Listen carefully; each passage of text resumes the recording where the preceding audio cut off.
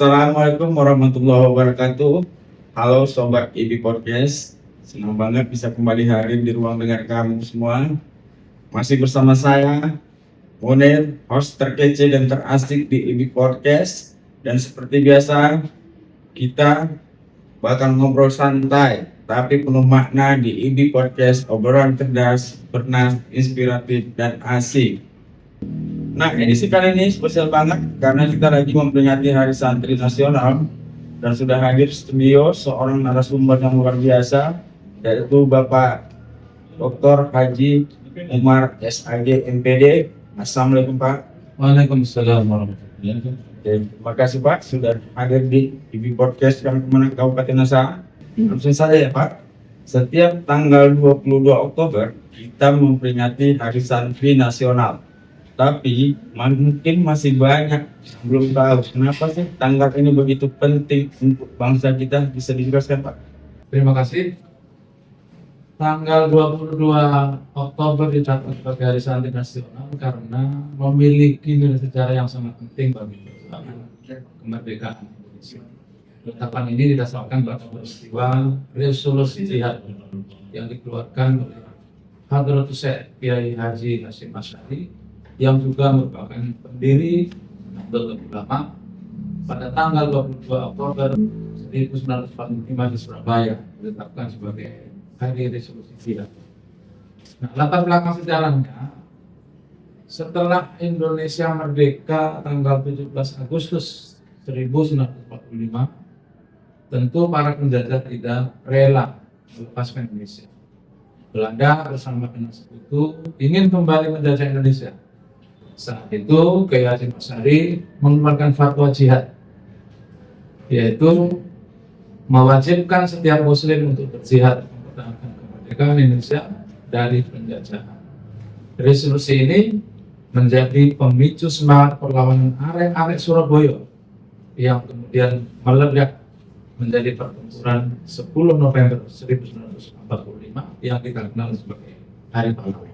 Baik, keren banget ya Pak. Jadi semangat santri itu nggak cuma soal ngaji dan ibadah aja ya Pak, tapi juga tentang cinta tanah air dan pengabdian kepada bangsa dan negara. Menurut Bapak, bagaimana peran santri dalam perjuangan kemerdekaan Indonesia ini Pak?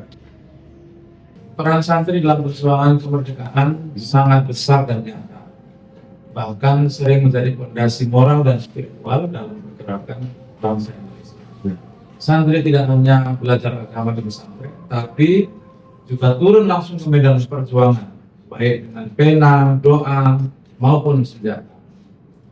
Nah, santri sebagai penggerak semangat jihad dan nasionalisme, para ulama dan santri menamakan sebagai cinta tanah air.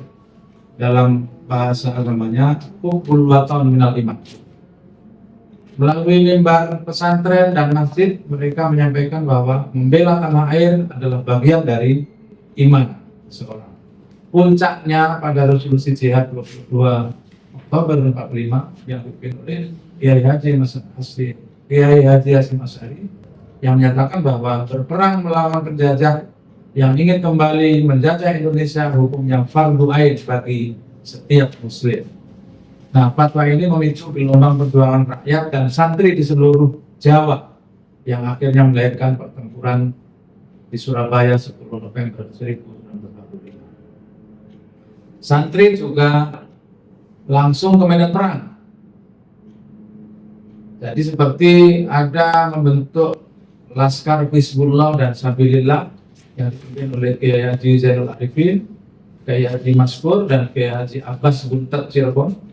Mereka berperang di berbagai daerah seperti di Surabaya, Kediri, Mojokerto, dan Cirebon.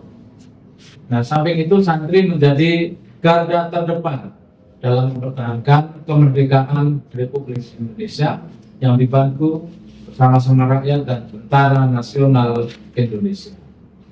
Santri juga sebagai perumus dan penjaga nilai kebangsaan.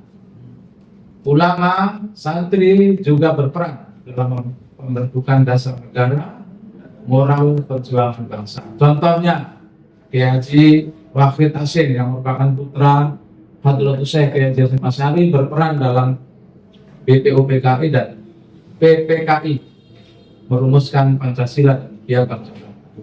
Dia juga memperjuangkan agar nilai-nilai agama dan toleransi bisa hidup berdampingan dalam dasar negara.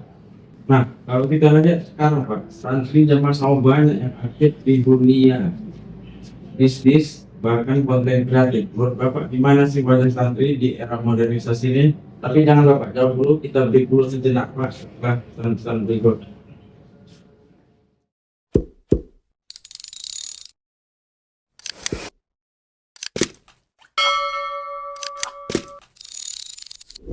Kalau kita lihat sekarang Pak, santri zaman now yang aktif di dunia digital, bisnis, bahkan konten kreatif. Menurut Bapak, gimana sih wajah santri di era modernis ini Pak? Bisa dijelaskan sedikit Pak? Terima kasih. Di tengah derasnya arus teknologi dan informasi ini, santri punya tugas baru, menjaga moralitas dan etika digital. Maknanya, generasi muda santri harus menjadi filter moral di dunia maya. Aktif di media sosial, tapi dengan adab, akhlak, dan kearifan. Santri harus bisa mengisi ruang digital dengan dakwah, edukasi, dan konten positif. Kesimpulannya, santri zaman sekarang adalah citra ideal generasi muda Indonesia. Religius tapi modern, berakhlak tapi kreatif, cinta tanah air, dan cinta ilmu pengetahuan. Menjadi santri berarti ngaji kitab, tapi juga ngerti sains. Dekat dengan Allah, tapi juga bermanfaat bagi semua. Berakar di pesantren, tapi berpikir mendunia.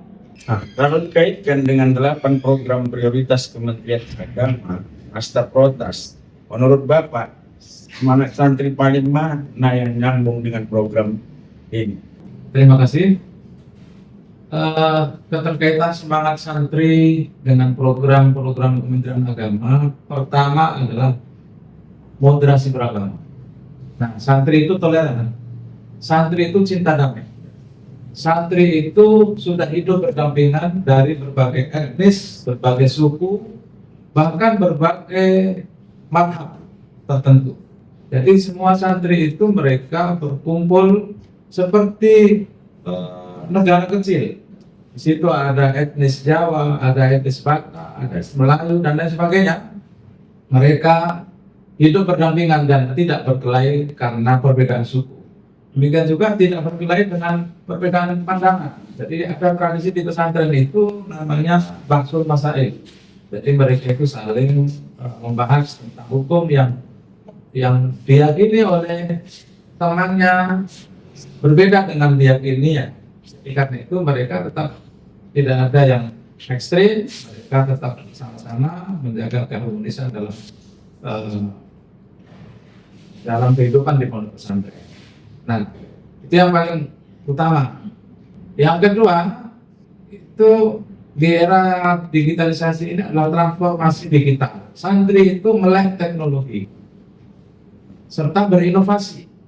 Santri masa kini tidak hanya ngaji kita, tapi mereka juga mengaji data dan digitalisasi. Banyak pesantren kini menggunakan teknologi dalam manajemen pendidikan, bahkan dakwah secara modern. Nah, yang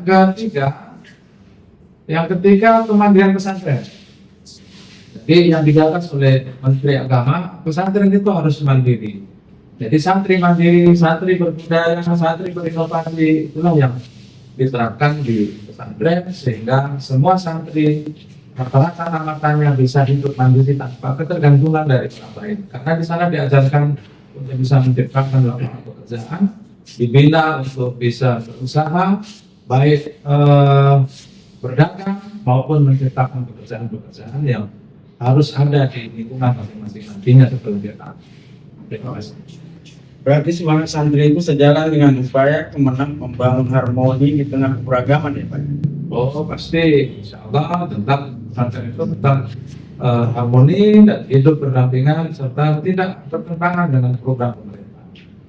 Sebelum kita tutup, saya ingin minta satu pesan dari Bapak untuk para santri dan generasi muda di Indonesia di Hari Santri ini, Pak? Baik, pesan untuk santri Indonesia, tetaplah membawa nilai keikhlasan, amanah, tawadhu, dan disiplin. Karena santri bukan hanya status, tapi juga cara hidup dan cara berjuang.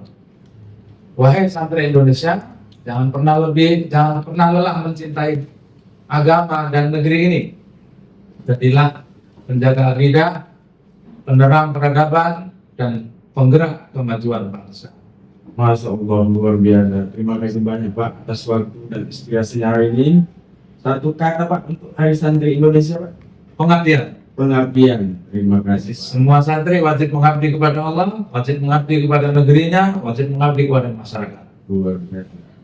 Oke, terima kasih kepada Bapak dan buat sobat IBI Podcast dimanapun berada. Semoga semangat Hari Santri ini menguatkan kita semua untuk terus belajar, berbuat baik dan menjaga negeri. Saya, host Munir, mohon pamit. Assalamualaikum warahmatullahi wabarakatuh.